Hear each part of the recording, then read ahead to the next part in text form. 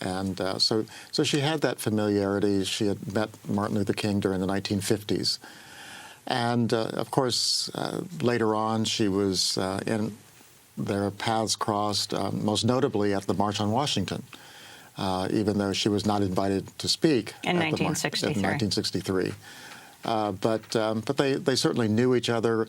She was part of what was called the Big Six of black leaders, and that often went to the White House to talk with presidents about civil rights reform.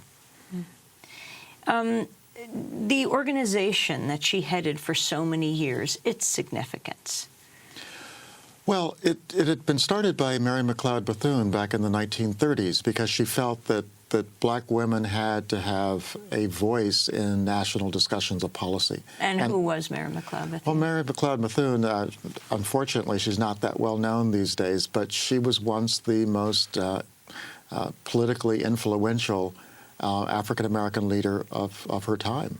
She was in Roosevelt's New Deal administration, and she had the ear of President Roosevelt. So she was able to shape a lot of New Deal policy to help combat discrimination and the implementation of New Deal programs.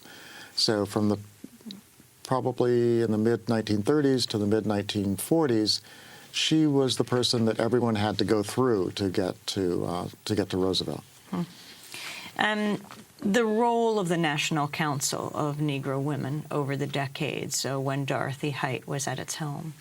Well, it's an umbrella organization. It brings together practically every major national black women's group, I think representing some millions of black women.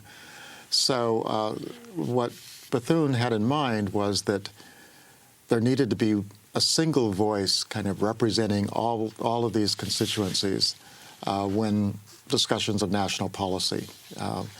For example, during the New Deal, there was a special need for black women to be heard because domestic servants were not included in many of the initial New Deal legislation, like Social Security, for example. So as we got toward the era of civil rights reform, there still needed to be someone speaking for the special needs of black women. She was the recipient of the Presidential Medal of Freedom, accorded a place of honor on the dais at the inauguration of President Obama. I'm looking at a New York Times piece that talks about historians making much of the so-called Big Six, who led the civil rights movement: Dr. King, James Farmer, John Lewis, A. Philip Randolph, Roy Wilkins, Whitney Young. Actually, she was not formally a member of the Big Six. Yes. She was often included in the discussions. But that was one of the reasons why she was not included as a speaker at the March on Washington, even though she was there and recognized.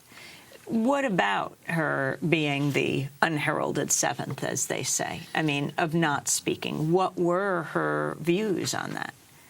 Well, she became increasingly disturbed by it. I think that for many women who were involved in the movement at a very high level of certainly as activists, someone like a Diane Nash, or as an organizer, someone like a Dorothy Cotton. The fact that they were playing important roles in the movement, and yet when it came to the March on Washington, all the main speakers were men, and they had a section of the March on Washington. I was there, and I remember that they brought forward, I think they called them heroines of the movement, and for a presentation, but with no voice. And President Obama's relationship with her, I think she went to the White House 21 times. Yes, that was apparently a very special relationship, and I think he recognized that she was a very special voice. And she represented a generation of black leaders who had really, I think, the greatest generation. We talk a lot about the World War II soldiers, but for me, the great generation was the ones who were part of this great freedom struggle all around the world that brought citizenship rights to the world's majority.